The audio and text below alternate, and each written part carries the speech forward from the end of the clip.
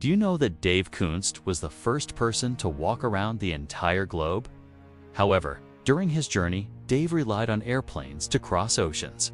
In total, he covered nearly 27,000 kilometers, even if it was completed in segments. But today, we're not focusing on Dave. We're talking about someone who might be even more extreme than him. A man who chose to walk the longest continuous route on Earth, and that too, entirely on foot. Yes, where our imagination ends, his journey begins. This man is Carl Bushby. Not 5,000 kilometers, not 10,000 kilometers, not even 25,000 kilometers. Carl has already traveled over 47,000 kilometers, and his journey is still ongoing. 25 countries, 6 deserts, 7 mountain ranges, and 27 years, all for one purpose: to walk around the entire world without any assistance. So how is this even possible? Welcome back to Hidden Stories.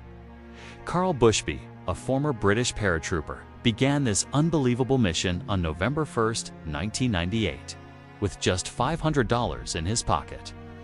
He started from Punta Arenas, Chile, at the southern edge of South America. He called this mission the Goliath Expedition. His plan: walk across the entire American continent, then enter Russia, travel through Asia, and finally return to his home in England. Total distance: 58,000 kilometers. According to Carl, if he walked just 19 kilometers per day, he could finish this journey in about 8 years. But reality had different plans. Even after 27 years, the journey remains unfinished. Carl set to strict rules: no transportation at all, no cars, no trains, no planes. Only walking. If he stopped, he had to resume from the exact same point. These rules may sound simple, but they cost him years of isolation, visa struggles, and life-threatening risks. He began in South America, facing rough terrain, extreme climates, and constant obstacles. To avoid the dangerous Amazon rainforest, he walked along the Pacific coastline and the Andes Mountains. But even then, the journey was far from easy. In Patagonia, he endured freezing winds. In the Andes, exhausting climbs.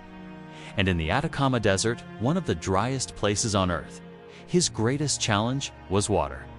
He carried his supplies in a small pushcart and often said, "I only stopped when I found water." Crossing South America was just the beginning. The real danger was the Darien Gap, a 320-kilometer stretch of dense jungle between Colombia and Panama, filled with dangerous animals, venomous snakes, and even armed groups. He was even arrested by Panamanian police and spent 18 days in jail. But after being released, he returned to the exact same spot and continued walking. By 2002, he had crossed Central America. Then came the United States, long highways, heavy traffic, and the intense heat of the Sonoran Desert. By 2005, he reached Canada and Alaska, where extreme cold, snowstorms, and isolation tested him once again. But the biggest challenge was still ahead. The Bering Strait, a frozen sea between Alaska and Russia. The ice constantly shifts, and between the ice blocks lies freezing water. Carl had to swim between these chunks, risking hypothermia and death. He crossed this deadly path with a French adventurer, covering 240 kilometers in 14 days with almost no sleep. But after reaching Russia, he was arrested again. Even though he had a visa, authorities claimed it wasn't a valid entry point. He was deported back to the UK. This could have ended his journey, but it didn't. With the support of influential figures, he was allowed back into Russia. However, visa issues continued, forcing him to pause again and again. At one point, he ran out of money and had to wait 2 years before moving forward. In 2013, Russia even banned him for 5 years. So what did Carl do? Instead of giving up, He walked 4,800 kilometers from Los Angeles to Washington, D.C. just to protest outside the Russian embassy. And it worked. His ban was lifted in 2014. He continued through Siberia, Mongolia, and Central Asia. But once again, visa issues blocked his path in Iran. So in 2022, he made another unbelievable decision. He swam across the Caspian Sea, a distance of 288 kilometers in 31 days, swimming 6 hours daily, and resting on a small kayak. He even admitted, "I don't like swimming, but I had to do it." In 2025, he entered Turkey. By then, he had become widely known. People welcomed him into their homes, and he praised Turkish hospitality. In Istanbul, he crossed into Europe on foot. Now, after 27 years, Karl Bushby has only 3,000 kilometers remaining.